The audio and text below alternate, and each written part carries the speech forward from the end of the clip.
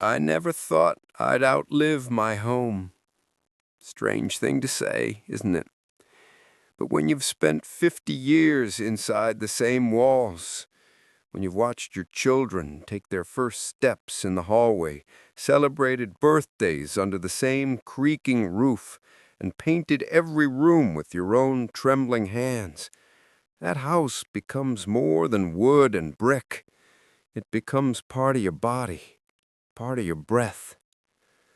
When I woke up in that hospital bed, the first thing I saw wasn't the nurse or the window.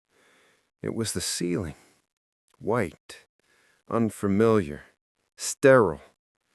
And I remember thinking, that's not my ceiling.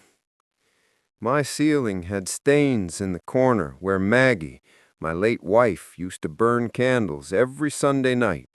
She said the scent of lavender made the house feel alive. The nurse said I had been out for nearly a week. A heart attack, they told me. Small, but enough to put an old fool like me in a place where every beep and blink reminded me how fragile I had become. I wasn't scared of dying. I was scared of leaving something unfinished. You see, the last time I spoke to my daughter, Rachel, it wasn't a good talk. She said I needed to start thinking practically, to stop holding on to old things. Old things, she called them. That house, our mother's chair, my life. When she finally came to visit me in the hospital, she brought flowers, expensive ones, lilies and roses, like the kind people send to clients, not to fathers. She smiled too hard. Her eyes darted everywhere except mine. And before she left, she said something that settled in my chest like cold stone. Dad, everything will be taken care of when you come home. Don't worry. I didn't think much of it then. I was tired. My heartbeat still stuttered like an old clock.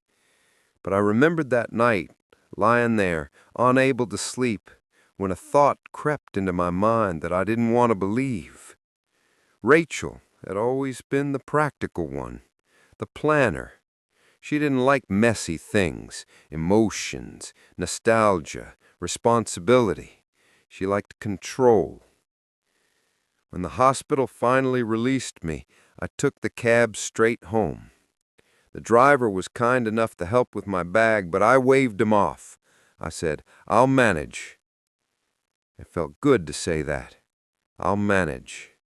Old men say that to remind themselves they still can.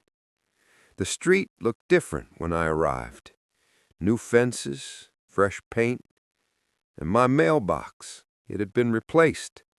The old rusty one Maggie painted blue was gone. In its place was a shiny new black one with a name that wasn't mine. At first I thought I was at the wrong address. But no, that big oak tree still leaned over the roof, the same one that nearly fell during the winter of '89. This was my home. I stepped closer, my heart starting to drum harder than it should. There was a for sale sign, still planted in the front lawn, but the word sold was stamped across it in thick red letters, and beneath it, in tiny print, pending final clearance. I froze. I tried the gate. It was locked. I looked up at the porch, and there, by the door, taped on the glass, was a letter. My name, written in Rachel's handwriting. I tore it open with shaking hands. It wasn't wrong, just a few lines.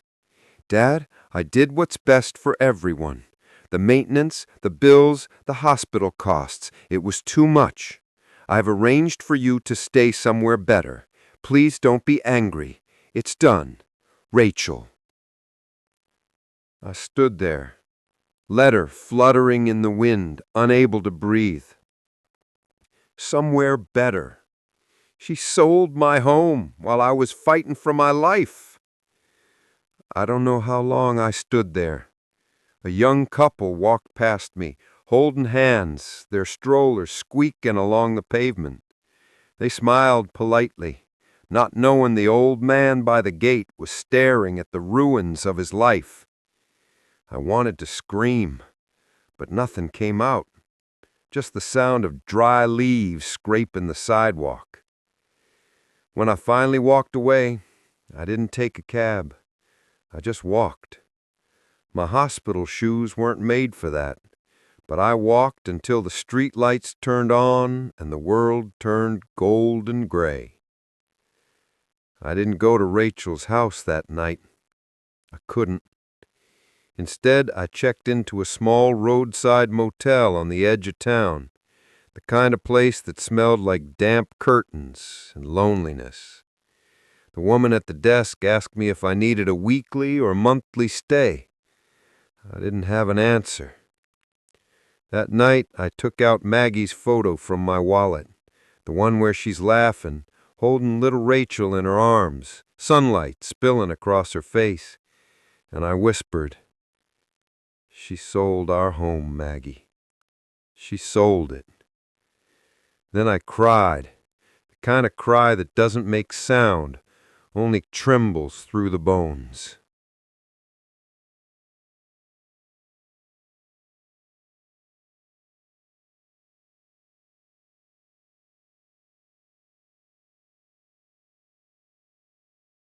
I didn't sleep that night. The motel walls were thin. I could hear someone's television humming through the next room, and every once in a while the sound of a car passing by would make the curtains tremble. But what kept me awake wasn't the noise. It was the silence between the memories, the moments when I could still hear Maggie's laughter echoing down the hallway of the home I no longer had. By morning, I had made up my mind. I couldn't sit there hiding from the truth like a coward. Rachel was my daughter, flesh of my flesh, blood of my blood. I had a right to know why she did it. And maybe, just maybe, she had an explanation that didn't feel like betrayal. Old men like me, we still want to believe our children are good, even when the proof says otherwise. I took a bus to Rachel's neighborhood. The houses there were neat, modern, and painfully quiet, the kind of quiet that feels expensive. Her front yard was trimmed, her curtains drawn. Everything about the place looked picture perfect, but not a single thing felt alive. I stood at the gate for a long moment before knocking. The sound of my knuckles against that polished wood door felt heavier than my heartbeat. When she opened it, she looked surprised, and not the kind of surprise that comes with joy, more like someone caught off guard by their own reflection. She looked tired, her eyes puffy, her hair tied too tight. For a second I saw the little girl who used to run through our yard barefoot, calling my name, and then she stepped back and said my name like it was a burden. Dad. She didn't invite me in right away, just stood there, lips pressed together, trying to find words. I didn't help her. I just waited. Silence can be louder than shouting sometimes. Finally, she stepped aside. The house smelled of coffee and expensive candles, artificial warmth trying to fill a space that felt empty. Every picture frame on the wall was perfectly aligned, but none of them had me in it, not one. I sat on the edge of her couch, my hat in my lap, my hands trembling slightly from the strain of the walk. She brought me tea. It was green tea. She knew I hated green tea. That small detail stung more than it should have. I asked her why. Not in anger, not even in accusation, just the single question that hung between us like a ghost. For a long time, she didn't answer. She just looked at the floor, twisting her wedding ring. And then, quietly, she said she needed the money. She said the hospital bills were piling up, the taxes, the maintenance, that she couldn't manage everything alone, that it was a practical choice. Practical. That word again. The same word she used when she talked about putting Maggie's old piano in storage, when she said we didn't need photo albums anymore because everything's digital now. Practical had become her shield against feeling anything real. I listened. I didn't interrupt. But when she finished, I told her I would have helped. I told her there were other ways. The savings account, the pension, even the old insurance policy Maggie left behind. She blinked like she didn't understand. Or maybe she didn't care. Then she said something that sliced through me sharper than any knife. It was time to move on, Dad. You can't live in the past forever. I stared at her, at my own child, my only child, and realized she had already moved on years ago, before she sold that house. She had been moving away from me slowly, step by step, choice by choice, until one day she looked back and found there was nothing left to let go of. I asked her where she expected me to live now. She told me she'd arranged a place, a senior apartment near the hospital. Clean, quiet, comfortable. I could almost hear the brochure language in her tone, like she was talking about a product, not a home. She said, "You'll be happy there, Dad." But the thing about happiness is, it can't be arranged. Not by paperwork, not by pity. I stood up, my knees cracked, my heart hurt worse than it had in the hospital, and I told her I'd come to get the key to the house, just to hold it one last time. She frowned, confused. She said the buyers already changed the locks. That was when something inside me broke quietly, like a string snapping inside an old guitar. I nodded. I thanked her for the tea, and I walked out.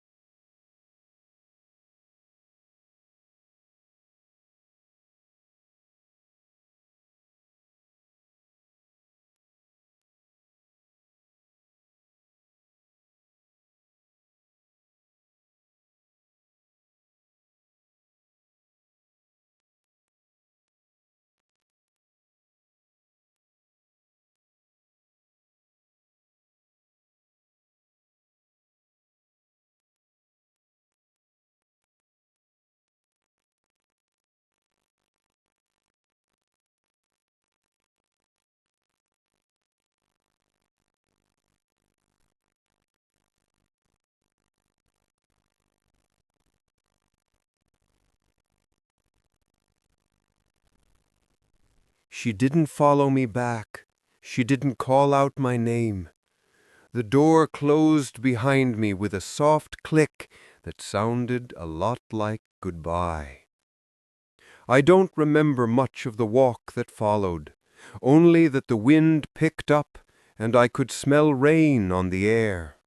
Funny thing, Maggie used to say rain was heaven's way of washing away pain. But that day, it felt more like a reminder that some things can never be clean again. I walked past the park where I used to take Rachel when she was little. The swings still squeaked the same way. There was a little girl there now, wearing a yellow raincoat, laughing as her father pushed her higher and higher. And for a moment I saw us. I saw myself, younger, stronger, and her, still innocent.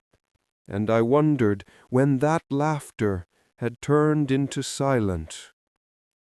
By the time I reached the motel, the rain had started. I sat by the window, watching the drops race each other down the glass, and in the reflection I saw it was the third morning after the rain when I decided to see the house again.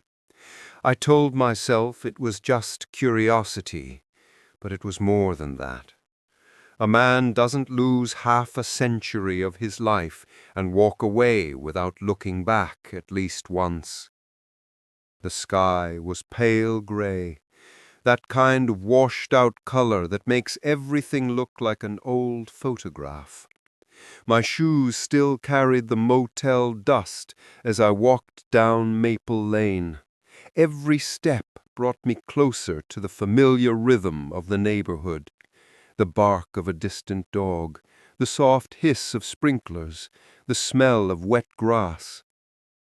Everything was the same, except that it wasn't mine anymore. When I reached the house, I stopped across the street. The sold sign was gone. In its place hung a wreath on the front door, fresh flowers, bright against the faded paint. A little boy's bicycle leaned against the porch rail, a plastic helmet dangling from the handle. Someone was living my life now. I stood there long enough for the mail carrier to wave. He didn't recognize me. That hurt more than I expected. I was invisible in the street where I had planted every tree. Then the door opened. A woman stepped out. Mid-30s, maybe, her hair tied back. A week passed before I saw her again. I didn't call. I didn't write back. Sometimes a letter needs to breathe before it finds its answer. On the 8th morning, the motel clerk knocked on my door. He handed me a brown paper bag with my name scrawled across the top. Inside were two things: a jar of homemade peach jam and a small folded note. From Rachel. She said to tell you she'll be waiting at Mom's garden this afternoon. Mom's garden. The words hit me like the scent of lilacs after rain. Unexpected, tender, a memory too alive to ignore. I left the motel just before noon. The air was crisp, washed clean by a recent drizzle. As I drove out of town, I could almost hear Maggie humming through the engine noise, her soft habit whenever she was nervous or hopeful. The garden sat behind the old church on Willow Street. It wasn't much, just a fenced patch of land with a few benches and a stone fountain. But it was where Maggie spent most of her last years, planting, pruning, talking to the flowers as if they were her friends. We used to joke that she'd haunt the roses if I ever neglected them. When I arrived, I saw Rachel kneeling near the flower beds. Her hair was tied back the way her mother used to do it, loose strands catching the sunlight. Beside her, a trowel and a small packet of seeds. She didn't see me at first. I stood there quietly, just watching. Her movements were slow, almost reverent. She was planting marigolds, Maggie's favorite. After a while she looked up. Our eyes met, and for the first time in years, neither of us turned away. "Hey, Dad," she said softly. "Hey, kiddo." The words felt strange in my mouth, like an old song I hadn't sung in decades. She gestured for me to sit beside her. The soil was damp, cool beneath my hands. For a moment we worked in silence, side by side, like we used to in the garden behind the house. Finally, she spoke. "I'm sorry, Dad, for everything." Her voice trembled just enough to tell me she meant it. I looked at her, really looked at her. Not at the grown woman who'd made her mistakes, but at the little girl who used to chase butterflies through these same flowers. And I realized something Maggie had always known. Forgiveness isn't earned, it's given. I took her hand, muddy and shaking, and said quietly, "You're my daughter, Rachel. That's enough." She broke then, shoulders trembling, tears falling onto the earth. And I held her like I hadn't in 20 years. Right there in Maggie's garden, beneath the whisper of wind and the hum of bees, the world seemed to pause.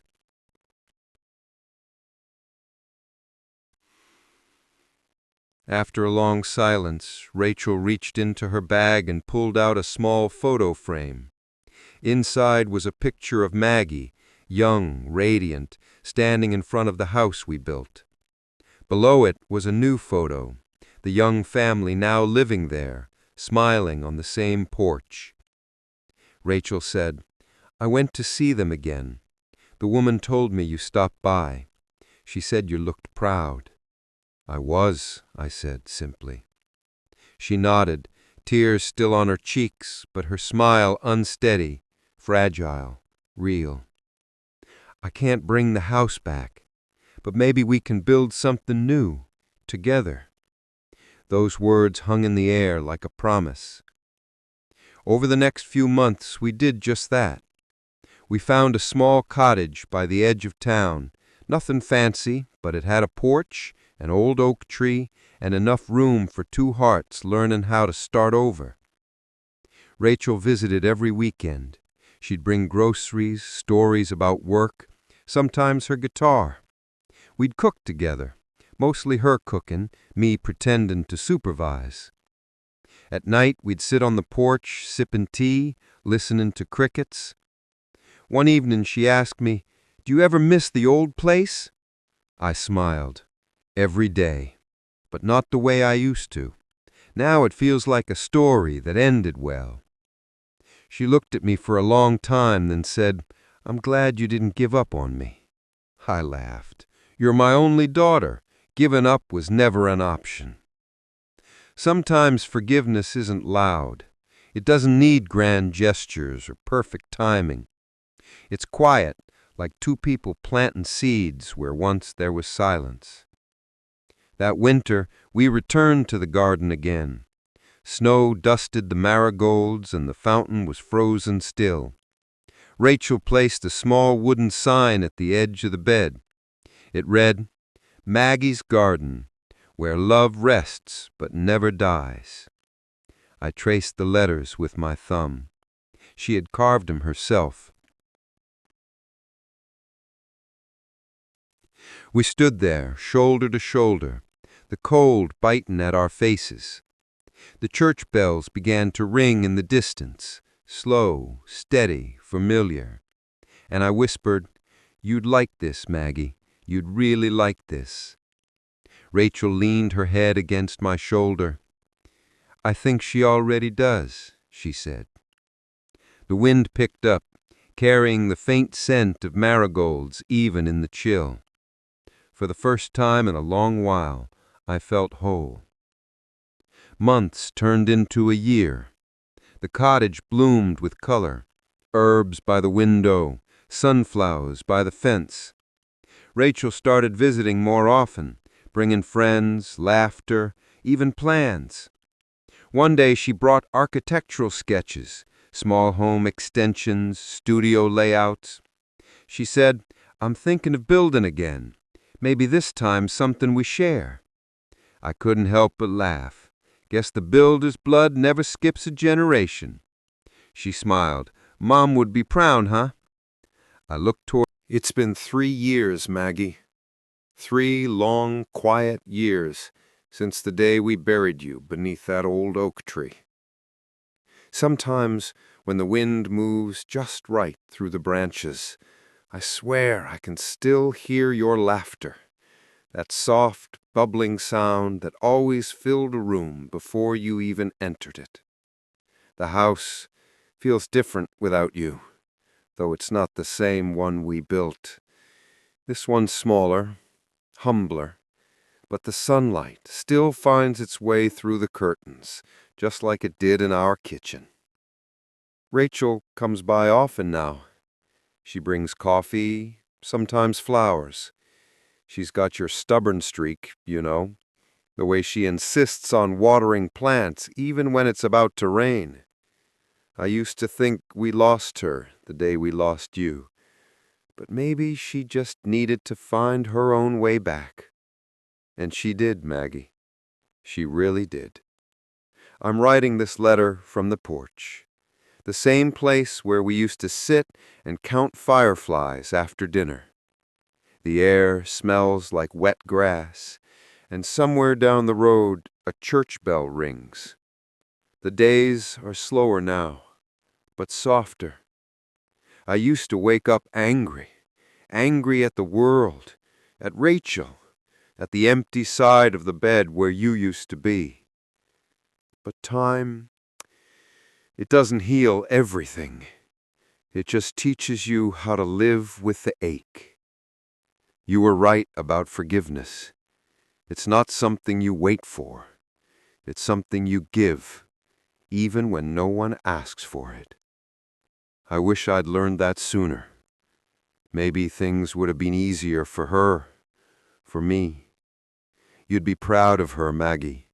Rachel's building again. Not houses, not yet, but hope. She volunteers at the shelter on weekends.